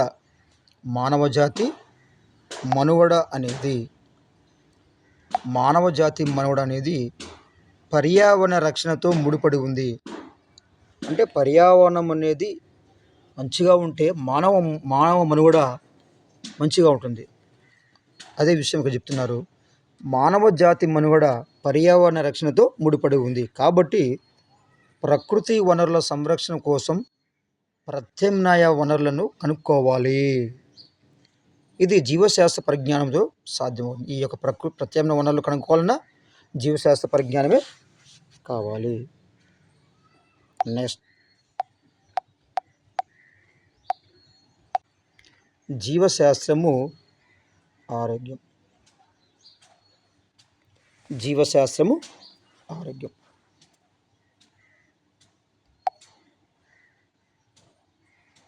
జీవశాస్త్రం ఆరోగ్యం.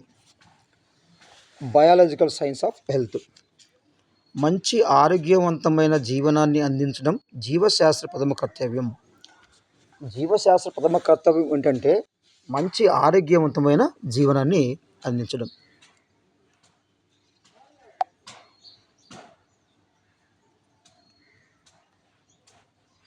నెక్స్ట్, మానవ ఆరోగ్య విషయంలో జీవశాస్త్రం జరిపిన విశేష పరిశోధన కృషిలో భాగమే విటమిన్లు, ప్రోటీన్లు, ఖనిజ లవణాలు కలిగిన సమగ్ర సమతుల్య ఆహారం. రైట్. మానవ ఆరోగ్యం కోసం లేదా మానవ ఆరోగ్య విషయంలో జీవశాస్త్రం జరిపిన పరిశోధన కృషిలో భాగమే ఈ ప్రోటీన్లు కనుక్కోవడం, ప్రోటీన్స్, విటమిన్లు, ఖనిజ లవణాలు కలిగిన సమగ్ర సమతుల్య ఆహారంగా చెప్పవచ్చు.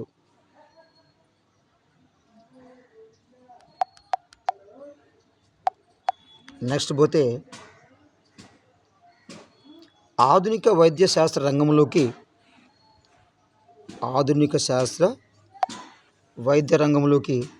అనేక చికిత్సా విధానాలు, నూతన పరిశోధనలు, ఆరోగ్య పరీక్ష రీతులు జీవశాస్త్ర పురోగతి వలనే సాధ్యమయ్యాయి.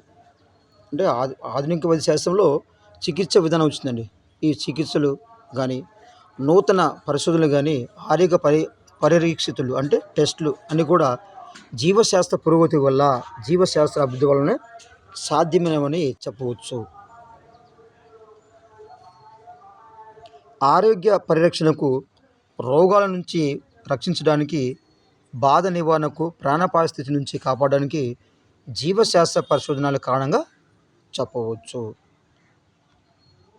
అంతేకాకుండా వైద్య రంగంలో అభివృద్ధి వల్ల ప్రాణాన్ని రక్షించే ఔషధాలైన పెన్సిలిన్, స్ట్రెప్టోమైసిన్, క్లోరిన్, ఎరిథ్రోమైసిన్ మొదలైన సూక్ష్మ జీవనాశకాలు, యాంటీబయాటిక్స్, పోషకాహార లోపం వల్ల వచ్చే వ్యాధులకు మందులు, రక్త మార్పిడులు, శస్త్రచికిత్సలు, సర్జరీ మొదలైన వాటిలో అభివృద్ధి పెరిగి మరణాల రేటు తగ్గడం, జీవనకాలం పెరగడం, మరణాల రేటు మరణాల రేటు తగ్గడం, జీవనకాలం పెరగడం అనేవి కూడా జీవశాస్త్ర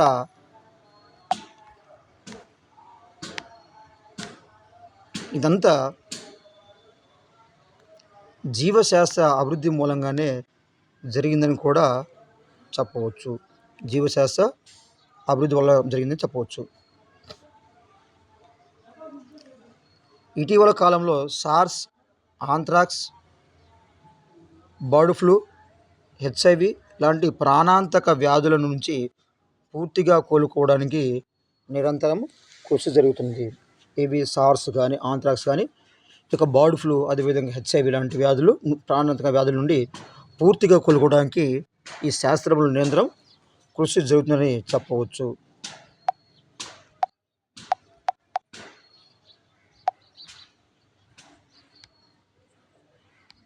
నెక్స్ట్, పోషకాహార లోపం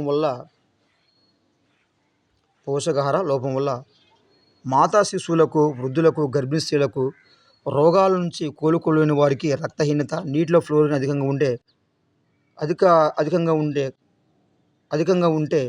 నీటిలో ఫ్లోరిన్ అధికంగా ఉంటే కలిగే ఫ్లోరోసిస్, కాల్షియం లోపం వల్ల వచ్చే ఆస్టియోపోరోసిస్కి చికిత్సలు అందిస్తూ ఉన్నారు. అంతేకాకుండా బ్యాక్టీరియా, వైరస్, శీంధ్రాల వల్ల కలిగే ప్రాణాంతక వ్యాధులకు కూడా జీవశాస్త్ర పరిశీలన వల్ల కొత్త ఔషధాలు వస్తున్నాయి. రోగ నిర్ధారణకు అవసరమయ్యే అనేక పరికరాలు జీవశాస్త్ర శాస్త్ర సాంకేతిక నిపుణులు తయారు చేస్తున్నారు. జీవశాస్త్ర వైద్యశాస్త్ర సాంకేతిక నిపుణులు తయారు చేస్తున్నారు. నెక్స్ట్, ఆరోగ్య సంరక్షణలో రెండు రకాల పద్ధతులు ఉన్నాయండి.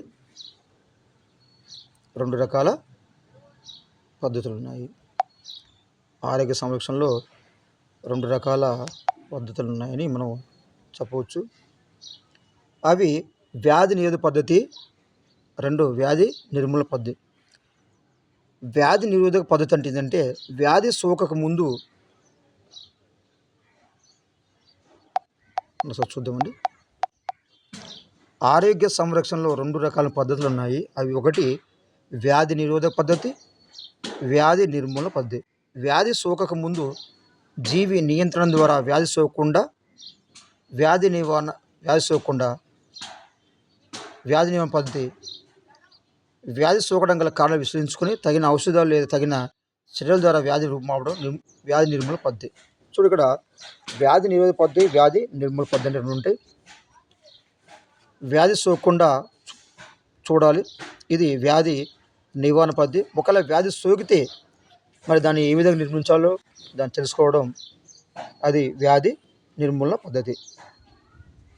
జీవశాస్త్ర పరిజ్ఞానం పరిశుభ్రత పెంపొందించడంలోను, మురికి నీటి నుంచి వ్యాధి కారకాలను తొలగించడంలోను ఈ యొక్క జీవశాస్త్ర పరిజ్ఞానం అనేది పరిశుభ్రత పెంపొందించడంలోను, మురికి నీటి నుంచి వ్యాధి కారకాలను తొలగించడంలోను, ఆహార పదార్థాల కల్తీని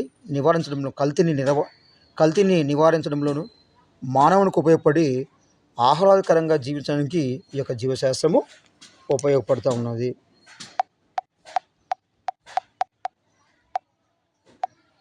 నెక్స్ట్, జీవశాస్త్రం శాంతి.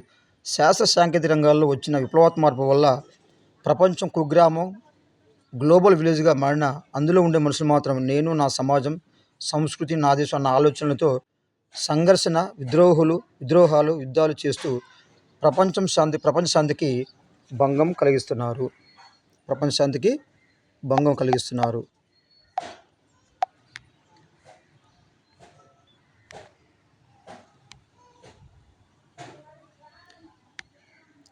విజ్ఞాన శాస్త్ర అభివృద్ధి మానవ జీవితంలో పెను మార్పు ఇచ్చింది. శాస్త్ర పరిజ్ఞానాన్ని ఉపయోగించుకొని సుఖజీవనం గడుపుతో పాటు శాంతివంతంగా బ్రతకవచ్చు.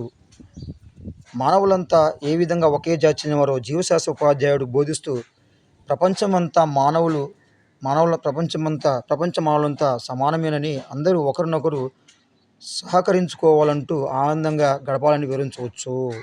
మరి శాస్త్రజ్ఞుడు మరి శాంతిని ఏ విధంగా మరి పురికొల్పవచ్చు. అంటే మానవులంతా ఒకే జాతి చెందినవారు ఉపాధ్యాయుడు బోధిస్తూ ప్రపంచ మానవులంతా సమానమేనని, అందరూ ఒకరినొకరు సహకరించుకోవాలంటూ ఆనందం గడపాలని వివరించవచ్చు. తద్వారా జీవశాస్త్రం ద్వారా శాంతి అనేది లభిస్తూ ఉంది.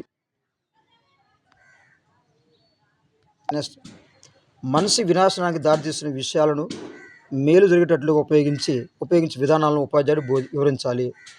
ప్రకృతి వనరులను భావి అవసరాలకు భంగం కలగకుండా ఎలా పొదుపుగా ఉపయోగించాలో తెలియజేయడం వల్ల విద్యార్థులు వ్యక్తిగత దేశ భవిష్యత్తు దృష్టిలో పెట్టుకొని బాధ్యత కలిగిన పౌరులుగా తయారవుతారు.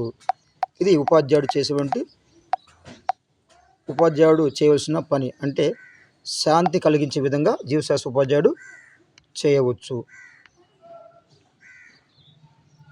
నెక్స్ట్, విద్యార్థులను విజ్ఞాన విహారయాత్రకు తీసుకువెళ్ళడం ద్వారా ఆయా ప్రదేశాల పరిస్థితులు, జీవన విధానాలు, సంస్కృతులు అధ్యయనం చేసి వాటి మీద గౌరవం ఏర్పరచుకుంటారు. ఇంకా జీవశాస్త్ర ఉపాధ్యాయుడు విజ్ఞాన విహారయాత్రలు కూడా తీసుకువెళ్ళాలి. ఎందుకంటే ఆ విధంగా తీసుకెళ్ళి ఆయా ప్రదేశాల యొక్క పరిస్థితులు కానీ, జీవన విధానాలు కానీ, సంస్కృతి కానీ అధ్యయనం చేసి వాటి మీద గౌరవం ఏర్పరచుకునేటట్టుగా చేయవచ్చు. ఇక జీవశాస్త్ర పరిజ్ఞానంతో జనాభా సమస్య, ఆహార సమస్య, ఆరోగ్య సమస్య, ప్రకృతి వనరుల సంరక్షణ సమస్య, పర్యావరణ సమస్య మొదలైన వాటన్నిటికీ పరిష్కారం లభిస్తుంది ఈ యొక్క జీవశాస్త్ర పరిజ్ఞానం వల్ల.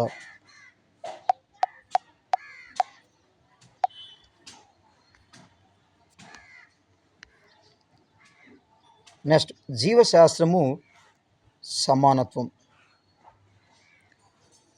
శాస్త్రీయ పరిజ్ఞానం విద్యార్థులలో మూఢనమ్మకాలను తొలగించి ప్రశ్నించే తత్వాన్ని అలవాటు చేస్తుంది. శాస్త్ర పరిజ్ఞానం కలిగిన విద్యార్థుల్లో శాస్త్ర అభ్యాసం ఒక సాధనంగా ఉపయోగించి సమాజంలో ఉన్న సాంఘిక, ఆర్థిక, కుల, మత, ప్రాంతీయ, లింగ అసమానతను తొలగించవచ్చు ఈ జీవశాస్త్రం వల్ల.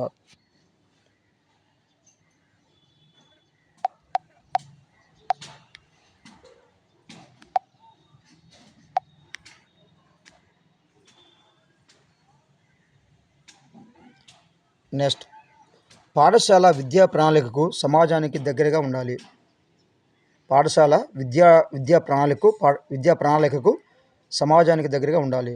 అందుకు సమాజానికి సంబంధించిన ఉదాహరణలు విద్యా ప్రణాళికలో జోడిస్తే విద్యార్థుల్లో విద్య పట్ల ఆసక్తి కలుగుతుంది. పాఠ్యాంశాలు, చిత్రపటాలు, పరికరాలు ఎన్నిక చేసుకోవడంలో సునిశ్చితత్వం ప్రదర్శించాలి. వైయక్తిక భేద గుర్తించి వ్యక్తిగత గౌరవాన్ని కాపాడాలి. అదేవిధంగా విద్యార్థులందరూ శాస్త్ర పరిజ్ఞానంలో లింగభేదం లేకుండా సమాన ప్రతిభను చూపుతారని పరిశోధనల్లో నిరూపించబడింది. ఈ విద్యార్థులందరూ శాస్త్ర పరిజ్ఞానంలో లింగభేదం లేకుండా, అంటే ఆడ మగనం లేకుండా ప్రతిభ చూపుతారని పరిశోధనలో నిరూపించబడింది. విద్యార్థులకు సైంటిఫిక్ వర్క్, శాస్త్రీయ పని కల్పించినప్పుడు లింగభేదం చూపకూడదు. బాలికలను జీవశాస్త్ర విద్యను అభ్యసించడానికి తల్లిదండ్రులు ప్రేరేపించాలి. తల్లిదండ్రులు కూడా ఈ యొక్క జీవశాస్త్రాన్ని అభ్యసించడానికి ప్రేరేపించాలని చెప్తా ఉంది.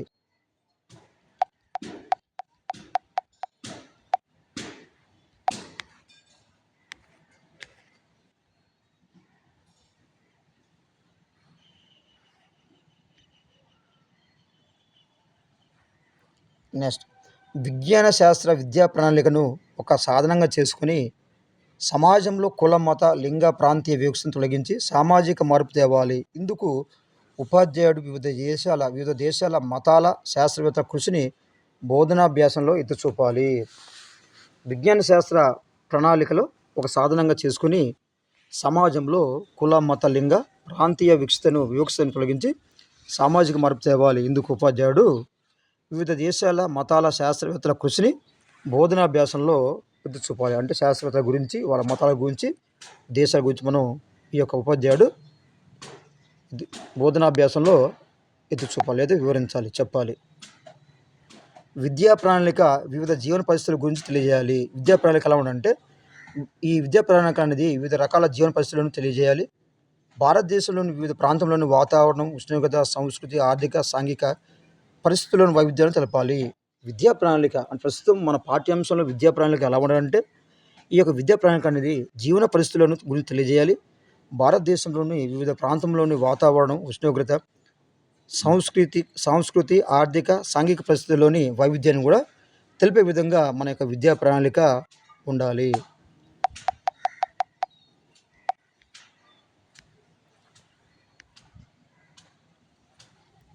నెక్స్ట్, సైన్స్ క్లబ్ కృత్యాల్లో విద్యార్థులను పాల్గొనేట్టు చేసి ఎగ్జిబిషన్, మ్యూజియం, బొటానిక్ గార్డెన్ సందర్శన చేయాలి. సైన్స్ క్లబ్లో పాల్గొనాలి.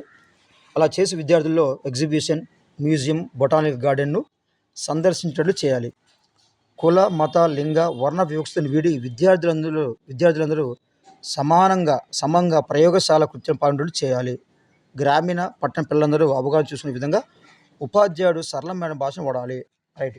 ఇంకా ఉపాధ్యాయుడు ఏం చేయాలంటే కులాన్ని కానీ, మతాన్ని కానీ, లేదా లింగ, వర్ణ వివక్షత విడిచిపెట్టి విద్యార్థులందరినీ సమంగా ప్రయోగశాల కృత్యాలు పాల్గొనేటట్లు చేసి గ్రామీణ, పట్టణ పిల్లలందరూ అవగాహన చేసుకునే విధంగా ఉపాధ్యాయుడు అందరికీ అర్థమైన రీతిలో సరళమైన భాషను ఉపయోగించాలి. అందరికీ అర్థమయ్యే రీతిగా.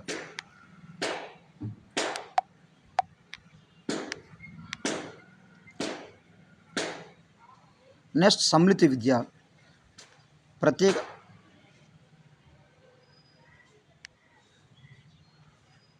ప్రత్యేక పాఠశాలలు వివిధ వైకల్యాలు గల ప్రత్యేక అవసరాలు ఉన్న పిల్లలను విద్యా వ్యవస్థ ప్రధాన స్రవంతి నుంచి వేరు చేసి విద్యను ఇవ్వడం జరుగుతుంది. పిల్లలు కలిసి అభ్యసించినప్పుడే బాగా నేర్చుకుంటారని శిశు కేంద్రీకృత బోధన విధానాన్ని అనుసరించి ప్రత్యేక విద్యా అవసరం ఉన్న పిల్లలకు సాధారణ పాఠశాలలోనే వారి అవసరాలు తీర్చే విధంగా విద్యా అవకాశాలను కల్పించాలి. 1994 జరిగిన అంతర్జాతీయ సంస్థల ప్రతినిధుల సమావేశంలో ప్రత్యేక విద్యావసరాల సూత్రాలు, విధి విధానంపై తీర్మానం చేశారు. ఐక్యరాజ్య సమితి సర్వసభ ప్రతినిధి కూడా సమ్మిళిత విద్యా ప్రాధాన్యాన్ని గుర్తించింది. ఐక్యరాజ్య సమితి ఉన్నటువంటి సర్వ ప్రతినిధి సభ కూడా ఈ సమ్మిళిత విద్యా ప్రాధాన్యాన్ని గుర్తించినట్లుగా మనము చెప్పవచ్చు.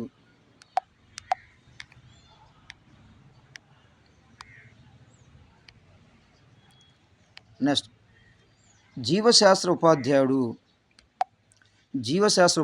ప్రత్యేక విద్య ఉపాధ్యాయుడి సహాయంతో ప్రణాళిక తయారు చేస్తాడు.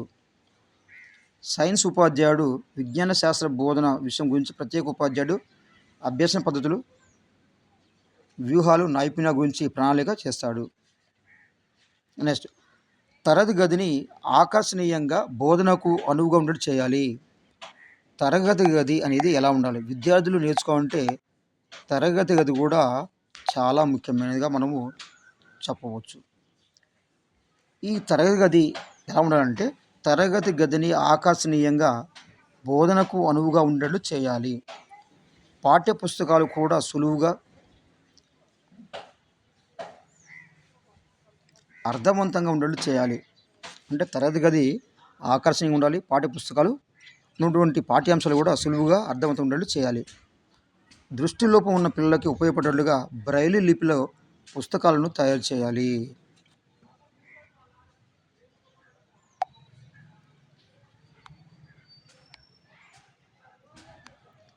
నెక్స్ట్,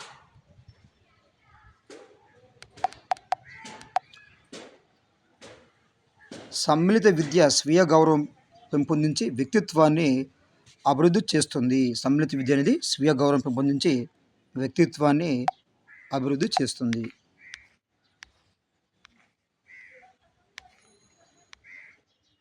నెక్స్ట్ క్లాస్లో విజ్ఞాన శాస్త్ర బోధనలో విజ్ఞాన శాస్త్ర చరిత్ర, ఆవశ్యకత, ప్రాముఖ్యం, అదేవిధంగా శాస్త్రవేత్తల గురించి నెక్స్ట్ వీడియో చూద్దాం.